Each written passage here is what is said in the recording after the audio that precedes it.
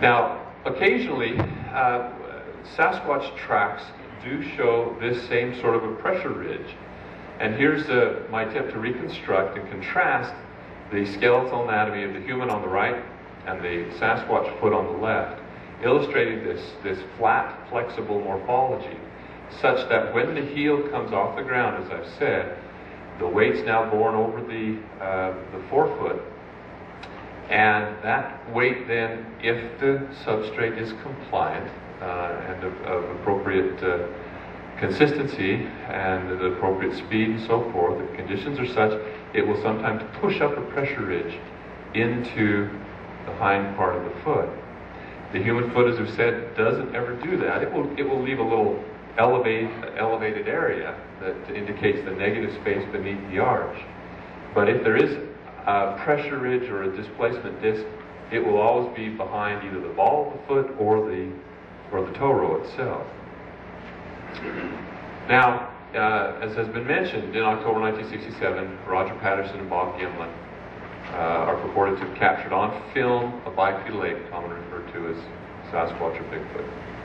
And not only does it show the individual, as has been mentioned, but also the footprints, but we can actually see the kinematics of the foot as it relates to the features of the footprints themselves. Patterson and Gimlin cast two tracks, two footprints, a right and a left. And unfortunately, as is a common mistake made by amateur researchers, is that they look for the flattest, clearest, crispest prints they could select, which gives you a good indication of the, a mold, effectively, of the foot, but it tells you very little about the dynamics of the foot fall and stance itself. And when the so-called experts examined these, they said, boy, these look awfully flat. They look like they could be carved pieces of wood. Well, fortunately, two circumstances converged to rectify that situation. One was Lyle Laverty, as has been mentioned, within a couple of days, was on the scene and snapped off some pictures of some of those tracks. This one, you can see there's a lot of perturbation, a lot of material that's been pushed back into the posterior part of the track. You can see the edge of that pressure disc quite distinctively there towards the back of that footprint indicated there. Here's a slightly different perspective of that same track on the left. You can see the arrows indicating that displaced pressure disc. Here's one on the right that shows a less perturbed pressure ridge in the appropriate place for the mid-tarsal joint. The most stunning footprint, however, photograph is this one, which shows very clearly a pressure ridge. And the second set of circumstances was that several weeks later, Bob Titmus, this taxidermist who had been involved with some of these events in Bluff Creek very early on, went to the site and took with him enough plaster that he was able to cast 10 footprints in succession, irregardless of their quality. And this was very informative because it showed some of the variation from footprint to footprint in this track. Here's just a few examples of those. The one that was the most telling, though, he happened to cast that very track that Lyle Laverty had photographed, as seen here on the right. From this vantage point, you can't appreciate it quite as well, but there's a copy of this cast outside in the hallway that you can look at more closely. But the pressure ridge is very evident in this footprint. And as I said, we can go back to the film itself and look at these enlarged frames from the Patterson film and see the actual kinematic of this mid-tarsal break or midfoot flexibility. Now here, if you look, you can see, although the film is a little bit overexposed, and so the lighter sole of the foot sometimes is hard to distinguish from the similar hue of the sand. But the point is, notice that foot, and you can see the heel coming off. Clearly, there's a flexibility there in the midfoot. You can also see the very pronounced heel that is indicated.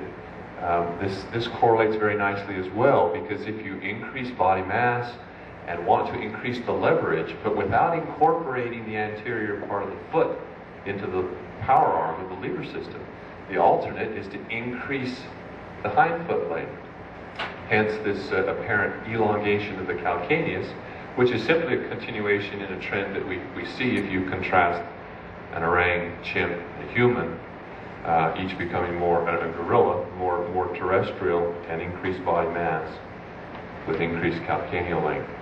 This one shows it even better, I think. On the far left, you can see that heel sticking up in the air with the remainder of the foot apparently still in contact, slightly obscured by the foreground. But you can see it then coming up in the mid illustration. And one more set, just to illustrate. This is there are about 3 or 4 step cycles that are clearly visible in this initial sequence before the feet are then obscured by the debris in the foreground. The thing that's also striking is that during the swing phase, and I don't have a good picture of that in this particular presentation, but in the swing phase you can actually see the recoil of that dorsiflexion of the anterior part of the foot relative to the heel, such that the foot is also capable of flexing in the other direction, and the shadow cast across the foot is very evident, showing that flexibility during the swing phase. Now, how does this relate then back to this conventional wisdom in paleoanthropology? Well, we, as I mentioned, we have very little information about the foot itself during evolution of human bipedalism, or at least the emergence of modern human bipedalism. And that's something very different than simply tottering on 2 legs. It's a very specific adaptation. By 1.6 to 1.8 million years ago, Homo ergaster, or Homo erectus sensulato, exhibited modern limb proportions by comparison, as seen on the right, by comparison to the preceding Australopithecines, as seen on the left.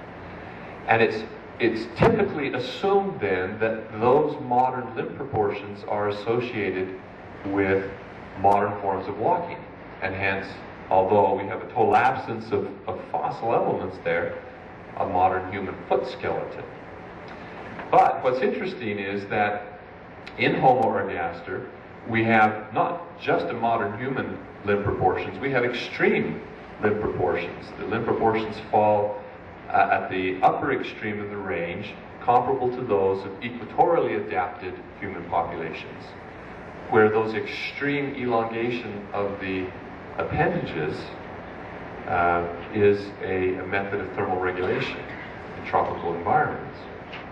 So the question then still remains is, are the limb proportions we see in Homo ergaster a locomotor adaptation or a thermal regulatory adaptation?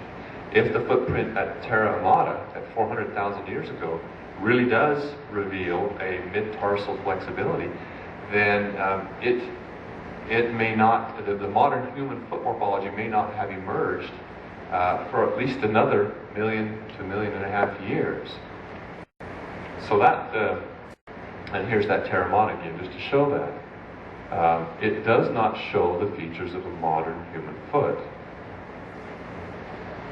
So if this inference is borne out with further fossil elements and further footprints found in the fossil record, then hominids were effective bipeds on flat, flexible feet for, at a minimum, 3 million years.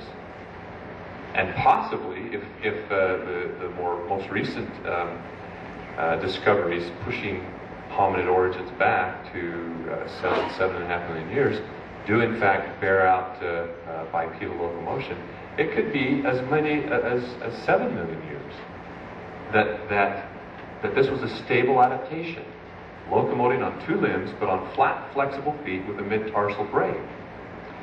So we can't help but pose the question, and I did this recently at the American Association of Physical Anthropologists, pose this to my colleagues: Here's an adaptation that has not been given due consideration. Is there any modern analog that might shed insight into this adaptation? Well, we turn back to the Sasquatch, and here is a purported, I won't go so far as to say a hominid, because I think that these differences or similarities rather, are convergent. But here we have a hominoid that is bipedal, that seems to be elegantly adapted to its habitat of a very rough, broken, mountainous forest, montane forest, where the prehensile capabilities of the forefoot have been retained to some degree in relatively long digits